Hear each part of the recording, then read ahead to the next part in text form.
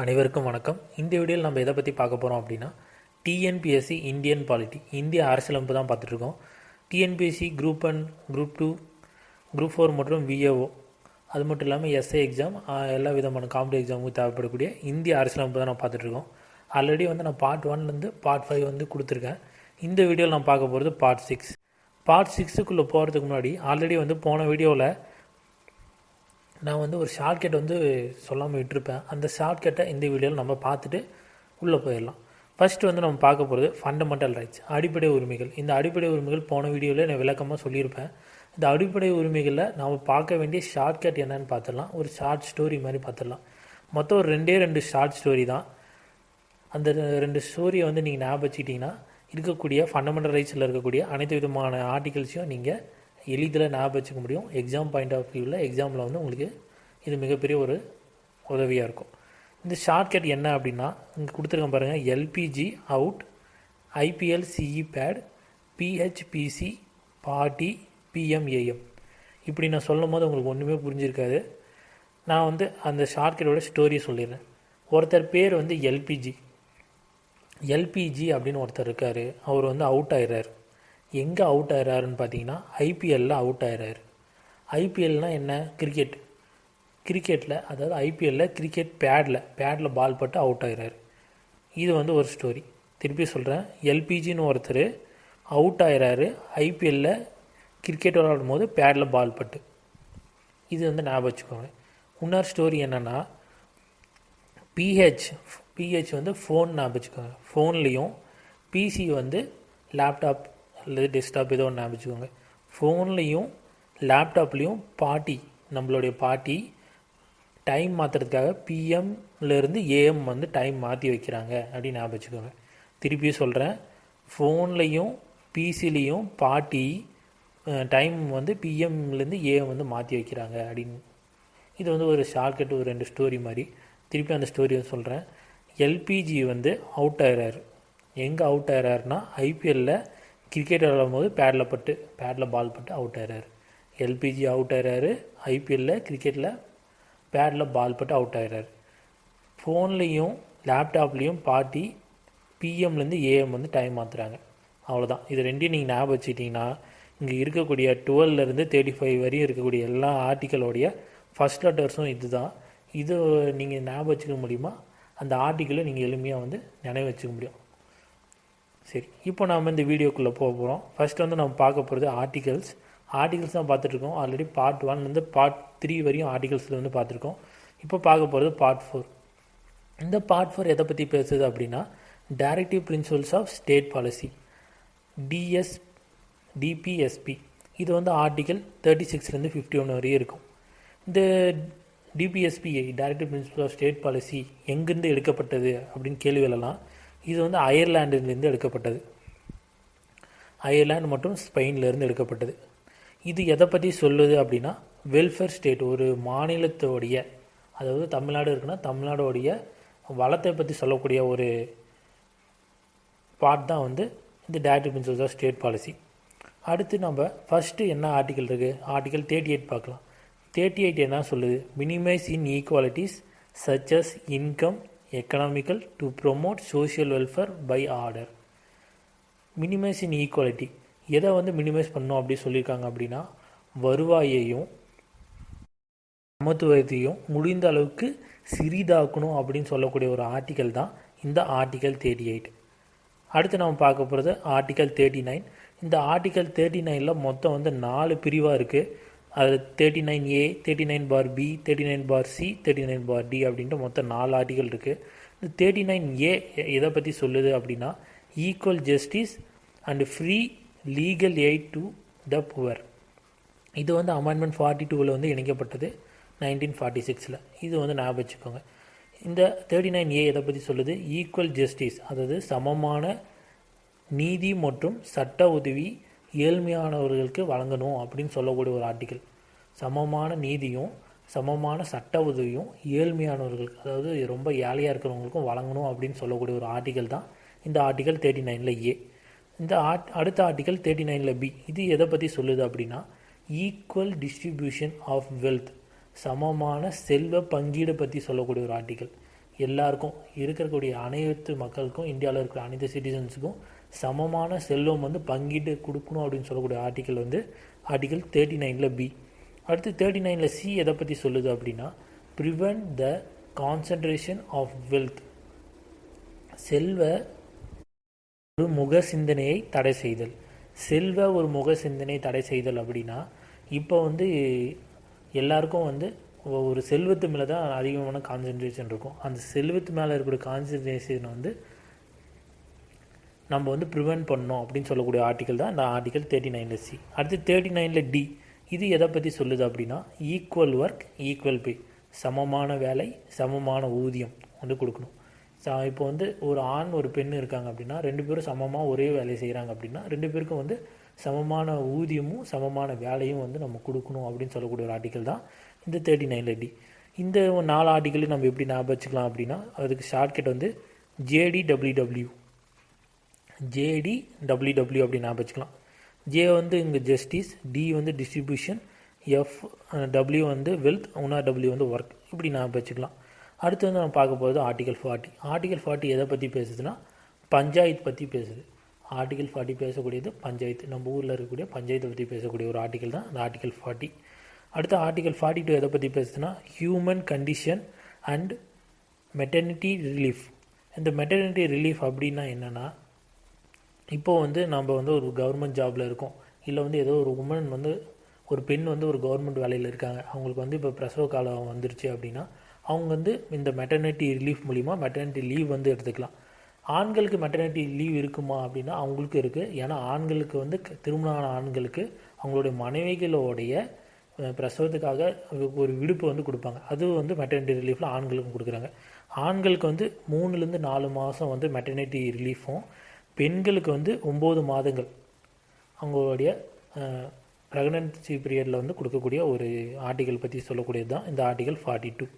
அடுத்து வந்து ஆர்டிக்கல் 43. இந்த ஆர்டிக்கல் 43 எதை பற்றி பேசுது அப்படின்னா, ப்ரொமோட் காட்டேஜ் இண்டஸ்ட்ரி, அதாவது குடிசை தொழிலை வந்து மேம்படுத்தணும் அப்படின்னு சொல்லக்கூடிய ஒரு ஆர்டிக்கல் தான் இந்த ஆர்டிக்கல் 43. இதில் முக்கியமாக நம்ம பார்க்க போகிறது, இந்தியாவிலேயே அதாவது உலகத்திலே வந்து காட்டேஜ் இண்டஸ்ட்ரி, அதாவது குடிசை தொழில்களை அதிகமாக வந்து பண்ணக்கூடிய நாடு வந்து ஃபஸ்ட்டு வந்து சைனா இருந்தது. இப்போ முதல்ல இந்தியா வந்திருக்கு, 2வது இடத்துல சைனா இருக்குது. அடுத்து நம்ம பார்க்க போகிறது ஆர்டிக்கல் 44. இது எதை பற்றி பேசுது அப்படின்னா, uniform civil code for citizens, ஒரு சீரான கூடி வாழும் விதிகள், அதை பற்றி சொல்லக்கூடியது தான் இந்த ஆர்டிக்கல் 44. இதில் வந்து for criminal case it is equal in India. Uniform civil code அப்படின்னா என்ன? யூனிஃபார்ம் சிவில் கோட் அப்படின்னா என்னென்னா, இப்போ இந்தியாவில் இருக்கக்கூடிய அனைத்து விதமான சிட்டிசன்ஸ், அதாவது நம்ம மக்கள் இருக்காங்க இல்லையா, அந்த மக்களுக்கு சமமான ஒரு சட்டம் வந்து இருக்கணும் அப்படின்னு சொல்லக்கூடிய ஒரு ஆர்டிக்கல். அப்படி அது என்ன சமமான சட்டம் அப்படின்னா, ஒரு சீரான குடிவாழும் விதிகளை பற்றி சொல்லக்கூடியது. அந்த சீரான குடிவாழும் விதிகள் அப்படின்னு என்னென்னா, இப்போ வந்து ஃபார் எக்ஸாம்பிளுக்கு ஒரு கிரிமினல் கேஸ் ஃபைல் ஆகுது அப்படின்னா, ஒரு கொலை குற்றவாளி வந்து ஒரு கொலை பண்ணிட்டாங்க அப்படின்னா, இந்தியாவில் வந்து யார் கொலை பண்ணாலும் அதே கேஸ் தான் ஃபைல் ஆகும். அந்த ஒரு சமமான ஒரு உரிமையை பற்றி சொல்லக்கூடியது.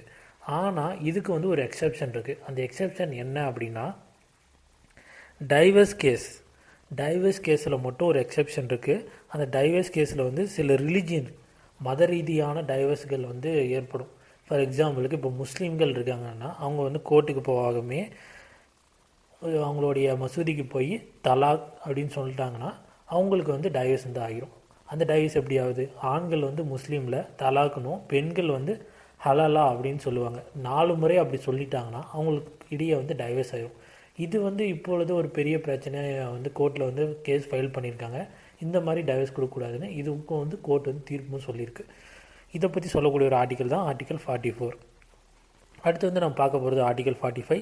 இது வந்து ஃப்ரீ அண்ட் கம்பல்சரி எஜுகேஷன். இது வந்து எல்லாருக்கும் தெரிஞ்சிருக்க வேண்டிய ஒரு முக்கியமான ஆர்டிக்கல். அதாவது 6லேருந்து 14 வயது உள்ள குழந்தைகள் வந்து கம்பல்சரியாக வந்து கட்டாய கல்வி பயிலணும் அப்படின்னு சொல்லக்கூடியது. இந்தியாவிலே வந்து ட்ரிபுரா தான் வந்து எஜுகேஷனில் ஃபஸ்ட் இடத்துல இருக்குது. இந்தியாவில் ட்ரிபுரா தான் எஜுகேஷனில் ஃபஸ்ட் இடத்துல இருக்குது. அடுத்து வந்து ஆர்டிக்கல் 46. இது வந்து promote SC ST welfare, SC மற்றும் எஸ்டிகளின் வாழ்க்கை தரத்தை வந்து உயர்த்தணும் அப்படின்னு சொல்லக்கூடிய ஒரு ஆர்டிக்கல் தான் இந்த ஆர்டிக்கல் 46. வாழ்க்கை தரம் அப்படின்றது எக்கனாமிக்கல் செக்ஷனில் எக்கனாமிக் செக்ஷன் அப்படின்னா அவங்களுடைய நிதி நிலையையும் அவங்களுடைய வாழ்க்கையையும் வந்து உயர்த்தக்கூடிய ஒரு ஆர்டிகல் 46. அடுத்து வந்து ஆர்டிகல் 47. இந்த ஆர்டிகல் 47 வந்து நம்ம எல்லாரும் கண்டிப்பாக தெரிஞ்சிருக்கோம். Prevent the consumption of intoxicating drinks and drugs, அதாவது மதுவிலக்கை பற்றி சொல்லக்கூடிய ஆர்டிகல் 47.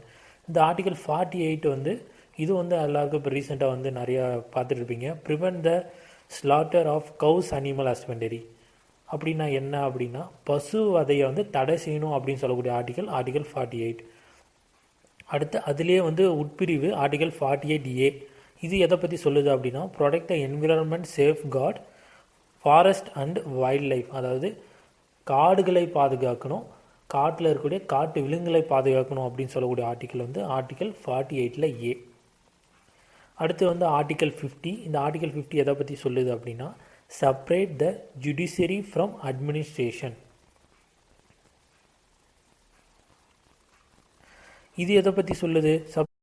அது நிதித்துறையிலிருந்து நிர்வாகத்துறையை வந்து பிரிக்கணும் அப்படின்னு சொல்லக்கூடிய ஆர்டிகல் 50. இது எப்போ இணைச்சாங்க அப்படின்னா 99th அமெண்ட்மெண்ட் மூலிமா 2014 NJAC national judicial appointment commission act மூலிமா 1998. அடுத்து வந்து ஆர்டிகல் 51 வந்து ப்ரொமோட் இன்டர்நேஷ்னல் பீஸ், அதை பற்றி பேசக்கூடிய ஒரு ஆர்டிகல். இன்டர்நேஷ்னல் அதாவது சர்வதேச அமைதியும் சர்வதேச பாதுகாப்பும் பற்றி பேசக்கூடியது.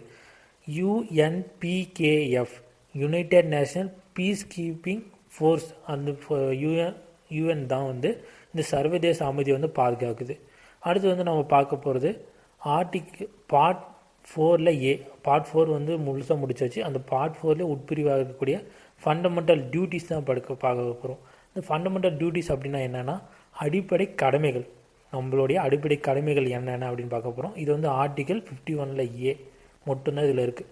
இந்த ஆர்டிகல் 51A என்ன இருக்குதுன்னு பார்த்தீங்கன்னா ஃபண்டமெண்டல் டியூட்டிஸ், அடிப்படை கடமைகள். இந்த ஃபண்டமெண்டல் டியூட்டிஸ் எங்கேருந்து எடுக்கப்பட்டது அப்படின்னா ரஷ்யாவிலேருந்து எடுக்கப்பட்டது. இது எப்போ வந்து நம்ம கான்ஸ்டியூஷனோட இணைச்சாங்க அப்படின்னா 42nd அமெண்ட்மெண்ட் மூலிமா 1976. இது வந்து யார் கமிட்டி வந்து ரெக்கமெண்ட் பண்ணியிருக்காங்க அப்படின்னா 1976 சிவரான் சிங் கமிட்டி அப்படின்ற கமிட்டி வந்து ரெக்கமெண்ட் பண்ணியிருக்காங்க.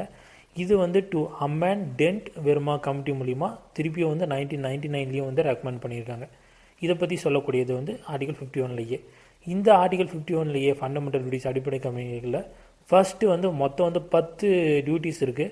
அதில் வந்து இப்போ வந்து சமீபத்தில் இருக்கக்கூடியது வந்து 11 டியூட்டிஸ் வந்து இருக்குது. முதல்ல வந்து 10 டியூட்டிஸ் இருந்தது ஆரம்பிக்கும் போது, இப்போ வந்து 11 டியூட்டிஸ் இருக்குது.